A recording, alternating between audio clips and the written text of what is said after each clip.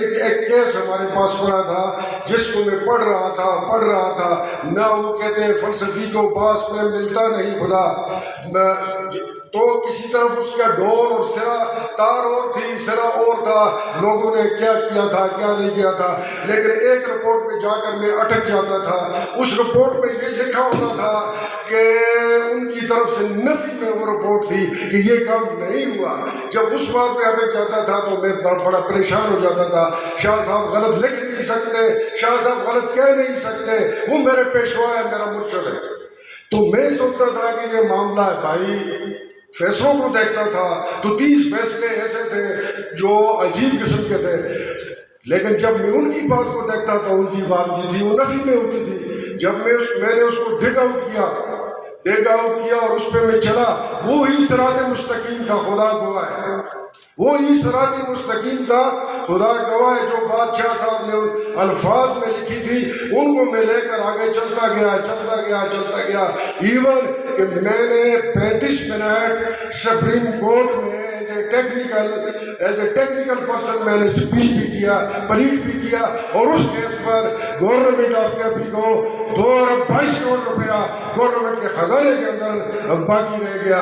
وہ کیس تھا جس سے شامی روڈ سے لے کر کوہستان تک ہماری املاک اٹیچ ہو گئی تھی، ہماری گاڑیاں اٹیچ ہو گئی تھی، ہمارے بنگلے اٹیچ ہو گئے تھے، ہماری سیکٹری صاحب کی سیلری بند ہو گئی، ہمارے PA کی سیلری بند ہو گئی، اور یہ تماشا صاحب آج بیٹھے ہوئے، یہ شعیب صاحب آپ میرے سامنے بیٹھے ہوئے، ان دونوں نے مجھے ہائی کورٹ میں جب گیا تو میں انسٹیٹیوشن کو سسپینڈ کرنے کے لیے گیا کہ دونوں صاحبان میرے ساتھ ہنس گئے۔ انہوں نے کہا شاہ جی کیوں آئے ہو؟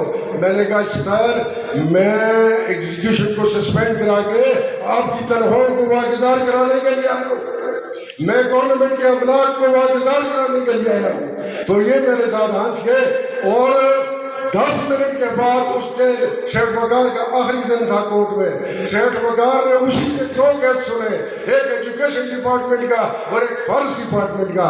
فارسٹ ڈپارٹمنٹ کی ایگزیکیوشن کو سسپینڈ کیا گیا، اور جب میں نے جا کر سردار سلطان کو بتایا، تماسب صاحب بھی موجود تھے، شعیب صاحب بھی موجود تھے، یہ حیران ہو گئے کہ شاہ جی تم کیا بلاؤ کیسے کیا؟ اس کے پیچھے ایک عنصر تھا، وہ عنصر میرا مرشد، جیسے جس لڑکے نے کہا میں نہیں ہوا میرا مرشد اچھا اچھے میں سنجلائی سب کے جوائے نہ اچھے تو جنہیں نیوے نہ بھائی، یہ میرا مرشد مجھے ہر وقت فالو، میں اس کو ہر وقت فالو کرتا تھا، اپنے ہر پریشانی میں، ہر دکھ سکھ میں میں ان سے مدد لیتا تھا۔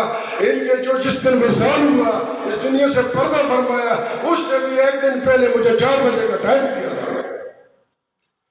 تو میرے بزرگوں، میرے محترموں، میں کیا کہوں، میں کس طرح میں جب پروموٹ ہو کر آ گیا، اظہر علی خان صاحب چیف کنزرویٹر ریٹائرڈ بیٹھے ہوئے، تماسب صاحب کنزرویٹر صاحب بیٹھے ہوئے، یہ افراد میرے ساتھ رینک آفیسر تھے اور میں ان کا اکاؤنٹ تھا، تو چونکہ میں نابلد تھا، میں نے کبھی اکاؤنٹ نہیں بنایا تھا، تو میں نے شاہ صاحب کو اندر گیا تو یہ تو میری سروس سے آنے سے پہلے بھی ہماری فیملی کہ ایسے مراسم تھے، ہمارا آنا جانا تھا، یہ ہمارے بزرگ تھے، میں ان کو ماموں کہتا تھا۔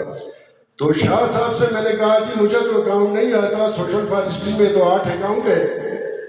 تو رینک آفیسر صاحبان بھی ہمارے ساتھ اللہ کے فضل و کرم سے KP کے مانے ہوئے جاوید ارشد صاحب، اظہر علی خان صاحب، تماسب صاحب، یہ لوگ رینک آفیسر تھے۔ تو سر میں ان کے ساتھ کیسے چلوں گا؟ انہوں نے کہا بیٹا فکر نہیں کرنا، پہلی کیش بک میرے شاہ صاحب نے مجھے CR اور TR سمجھائی، PUC لکھنے مجھے انہوں نے سمجھایا، DO لیٹر لکھنے مجھے انہوں نے سمجھائے، میری انگریزی کی کریکشن انہوں نے کی، میرے ٹینسز انہوں نے درست کیے، اور مجھے یہ طریقہ بیسٹ مجھے بتایا۔ بلکہ وہ چندہ خان جیسے آدمی کے بھی معاون تھے، سردار ساج جیسے آدمی کے بھی معاون تھے، وہ عبدالرزاق قریشی جیسے آدمی کے معاون تھے، طیب قریشی جیسے آدمی کے معاون تھے، وہ سب کے استاد تھے۔ میرا کلام یہ ہے کہ وہ میرے سپرنٹینڈنٹ تھے، میرا کلام یہ ہے کہ وہ میرے مرشد تھے، میرا کلام یہ ہے کہ وہ میرے اسکالر تھے، میرا کلام یہ ہے کہ وہ میرے ولی تھے، وہ قطب تھے، وہ غوث تھے، وہ ابدال تھے۔ ان کا کوئی احاطہ تعین حدود نہیں ہے، وہ انلمیٹڈ ہے. جیسے حضرت علی کرم اللہ وجہ کہتے تھے سلونی سلونی، پوچھو پوچھو مجھ سے پوچھو علم. اسی طرح ان کے بیٹے علی شاہ رحمت اللہ علیہ کہتے تھے سلونی سلونی سلونی، پوچھو پوچھو پوچھو. تو ہم سب لوگ ان سے استفادہ کرتے تھے. ایک دفعہ وہ لاہور کے سفر پر تھے تو مجھے ایک مشکلات پیش آ گئی سوسائٹی کے کام میں. میں نے کہا جی یہ سوسائٹی تو ہزارہ فارسٹ ایکٹ 1936 کی امینڈمنٹ میں رول 6 ہے اور ہزارہ رول 1950 کے تحت بنی ہے. تو اب اس تو فارسٹ آرڈیننس ہے، تو جو ریکٹمبر گارڈن ہوتی ہے اس کے سلسلے میں ہم کیا کریں گے؟ تو انہوں نے کہا بیٹا سیکشن 34 فارسٹ ایکٹ 1936 پڑھ لو. یہ چلتی گاڑی سے انہوں نے کہا تھا. میں نے کتاب کھولی سیکشن 34 فارسٹ ایکٹ 1936 نکالا تو وہ ہمارے ڈپارٹمنٹ کی رسپانسبلٹی نہیں ہے. جہاں بھی ٹرمینیٹ ہو جائے وہ ہماری رسپانسبلٹی نہیں ہے. تو بہت ساری چیزوں میں سپریم کورٹ کی خاص طور پر سپریم کورٹ کے میٹرز میں، ہائی کورٹ کے میٹرز میں، لا ڈپارٹمنٹ کی میٹنگز میں ان کے مشورے کے بغیر نہ کبھی گیا ہوں، ان سے گائیڈنس لے کر جاتا رہا ہوں. ان سے میں نے سیکھا، میں نے پڑھا.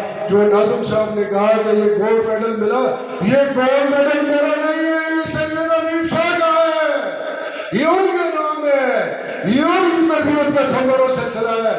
تو میں زیادہ ٹائم نہیں لوں گا. سیکرٹری صاحب اسٹیٹ آگے میں بہت چلا جاؤں گا، ٹائم ضائع ہوگا، نماز کا بھی وقت ہو رہا ہے. تو میں کہتا ہوں کہ میرا دل یہ چاہتا ہے، میرا اخلاص یہ کہتا ہے کہ بجائے اس کے کہ ہم نبی علیہ السلام کا ایک واقعہ بیان کرتا ہوں آپ کو. حضور علیہ السلام کے پاس تمام صحابہ کی یہ کوشش ہوتی تھی کہ حضور کے ساتھ ہماری نسبت کسی نہ کسی طریقے سے قائم ہو جائے. کوئی حضور کو کس طرح نسبت کا خواہش تھا، کوئی کس طرح کی نسبت، بہرحال اپنی نسبتیں قائم کرتے تھے. تو بی بی سلام اللہ علیہ، بی بی فاطمہ زہرا سلام اللہ علیہ کا جب بڑی ہو گئی تو ان کے صحابہ کرام نے کہ ہر کی خواہش تھی کہ میرے بیٹے کے لیے رشتہ ہو جائے، میرے بیٹے کے لیے ہو جائے. ایون سب صحابہ کو تو حضور روشن ضمیر سے سمجھ گئے. حضور نے کہا فاطمہ کے نکاح کا اعلان خدا کرے گا، آسمان پر ہوگا. تو ایک دن انہوں نے اچانک اعلان کیا کہ مسجد نبی میں مرادی کرا دی جائے اور بی بی فاطمہ زہرا کا نکاح. تمام صحابہ کرام جب ہو گئے تو نبی علیہ السلام نے بی بی کے نکاح کے لیے ایک شرط رکھی. وہ یہ رکھی کہ جو 3 ساتوں کے اندر قرآن مجید کا ختم کر لے گا میں بی بی کا نکاح اس کے ساتھ پڑھاؤں گا. تمام صحابہ خاموش ہو گئے. تو ایک شخص کھڑا ہوا جس کا نام تھا حیدر کرار علی المرتضیٰ. انہوں نے کہا بسم اللہ الرحمن الرحیم قل هو اللہ احد اللہ الصمد لم یلد ولم یولد ولم یکن لہ کفوا احد. 3 بار پڑھا. آپ صلی اللہ علیہ وسلم نے فرمایا قرآن ختم ہو گیا. تو میں اپنے مرشد کے لیے تمام حاضرین سے یہ درخواست کرتا ہوں، یہ ختمی دعا نہیں ہے، اس کے بعد بھی کوئی کارروائی ہوگی لیکن میرا جی یہ چاہتا ہے کہ میں اس مائک پر ہوں، میں بآواز بلند اپنے مرشد کے لیے میں دعا پڑھوں گا، آپ نے آمین کرنا ہے بس. اعوذ باللہ من الشیطان الرجیم بسم اللہ الرحمن الرحیم اللہم صلی علی محمد وعلی آل محمد کما صلیت علی ابراہیم وعلی آل ابراہیم